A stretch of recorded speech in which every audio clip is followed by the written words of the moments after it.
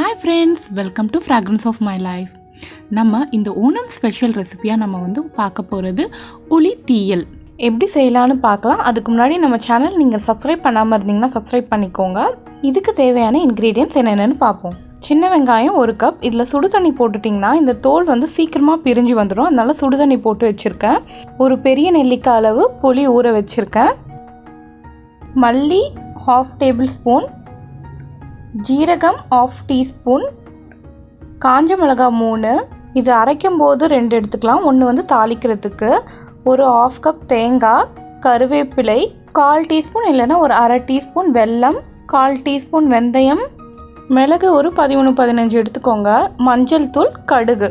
இதெல்லாம் தான் இதுக்கு தேவையான இன்க்ரீடியன்ட்ஸ். இப்போ வந்து எப்படி செய்யலான்னு பார்ப்போம். இதுக்கு வந்து தேங்காய் எண்ணெய் சூடு பண்ணிக்கோங்க. கேரளா ரெசிபினாலே வந்து ட்ரெடிஷ்னலாக பார்த்தீங்கன்னா வந்து தேங்காய் எண்ணெய் தான் யூஸ் பண்ணுவாங்க. தேங்காய் எண்ணெய் விட்டுக்கோங்க. 1 டேபிள் ஸ்பூன் தேங்காய் எண்ணெய் போதும். இது சூடானதுக்கப்புறமா மல்லி, தனியா, வெந்தயம், மிளகு, ஜீரகம், 2 காஞ்ச மிளகா இதெல்லாம் போட்டு நல்லா ஃபஸ்ட்டு வதக்கிக்கோங்க. கருக்கிடாமல் வதக்கிக்கணும். இது கொஞ்சம் வதங்கினதுக்கு அப்புறமா பார்த்தீங்கன்னா வந்து தேங்காய் வந்து துருவிக்கணும். இந்த மாதிரி துருவிக்கோங்க. துருவிட்டு நல்லா வந்து கலந்துக்கோங்க. 1/2 கப் தேங்காய். இது பார்த்தீங்கன்னா ஒரு பல்ஸ் மோட் வச்சு மிக்சியில் வந்து அரைச்சிருக்கேன். இது நல்லா திரியாக வந்து நம்ம துருவின மாதிரியே வந்துடும். தேங்காயை சேர்த்துட்டு வதக்கிக்கோங்க. நான் இப்போ வந்து ஸ்டவ் ஆஃப் பண்ணிட்டேன். மண் சட்டியில் தான் செய்கிறதால அந்த சூடு வந்து அதிலேயே இருக்கும். அதனால் வந்து அப்படியே உங்களுக்கு வந்து அந்த சூட்லேயே வந்து தேங்காய் வதங்கிடும். இப்போ வந்து இது வதங்கினதுக்கப்புறமா தனியாக எடுத்து வச்சுக்கலாம். தனியாக எடுத்து வச்சுட்டு ஆற விட்டுட்டு அதுக்கப்புறமா வந்து நம்ம நல்லா அரைச்சிக்கலாம். இதை நல்லா நைஸ் பேஸ்ட்டாக அரைச்சிக்கணும்.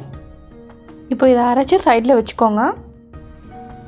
நெக்ஸ்ட்டு அதே பாத்திரத்தில் ஒரு 2 to 3 டேபிள் ஸ்பூன் எண்ணெய் விட்டுக்கோங்க. தேங்காய் எண்ணெய் போட்டுக்கோங்க. இதில் வந்து எண்ணெய் சூடானதுக்கப்புறமா சின்ன வெங்காயம் தோல் உரித்து வச்சுருக்கேன். அதை வந்து போட்டு எண்ணெய் சூடானதுக்கப்புறமா நல்லா வதக்கிக்கோங்க. இது பார்த்திங்கன்னா ஒரு பொன்னிறமாக வதக்கிக்கணும்.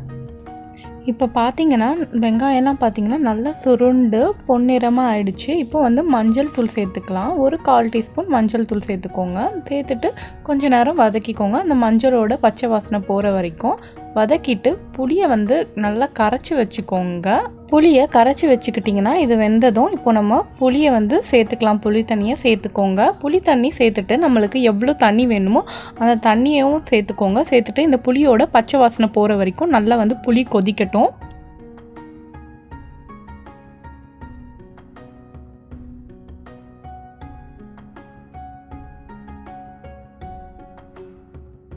புளி பார்த்திங்கன்னா நல்லா வந்து கொதிக்க ஆரம்பிச்சிடுச்சு. இப்போ நம்ம அரைச்சி வச்சுருக்க விழுது இருக்கு இல்லையா, பேஸ்ட், அதை வந்து ஆட் பண்ணிக்கலாம்.